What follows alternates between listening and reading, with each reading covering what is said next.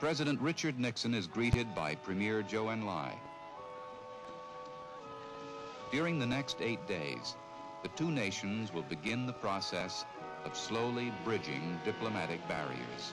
It was described as a week that changed the world. In February 1972, Nixon became the first U.S. head of state to set foot in China as he and Chairman Mao Zedong began the process that would culminate in the 1979 restoration of full diplomatic relations. When you think about how much of what we buy these days is made in China, it seems inconceivable that the diplomatic relationship with the U.S. was only forged in my lifetime.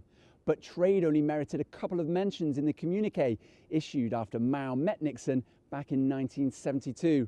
It took another 2 decades for the commercial relationship to develop meaningfully.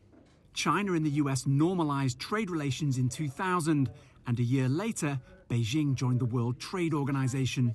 And trade took off. In 2001, Beijing and Washington exchanged just over $121 billion worth of goods. Last year, it was $657 billion, even in the midst of the COVID-19 pandemic. If Nixon hadn't gone, somebody else would have had to, or else we wouldn't be where we are today. After 1979, we start seeing China's economic development really picking up, and then led to some extent, the China's WTO accession really facilitated that development. Simon Lester and Huan Zhu run the China Trade Monitor, looking at the world's single most important bilateral commercial relationship that drives a third of global economic output. China sees this as a bigger event, a bigger anniversary to celebrate more than people in the US, because it has a more critical impact on the development of China.